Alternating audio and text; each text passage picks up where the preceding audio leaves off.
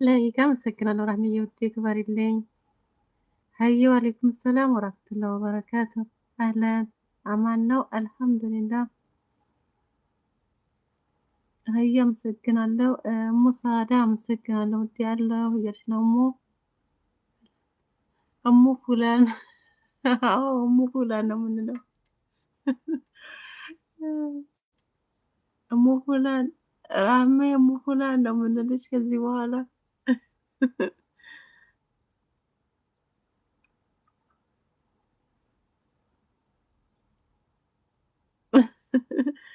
ሰላም ወአለይኩም ሰላም ወራህመቱላሂ ወበረካቱ። ነስሩዬ እንኳን ደህና መጣሽ ውዴ። አህለ መርየምዬ ወይ ውዴ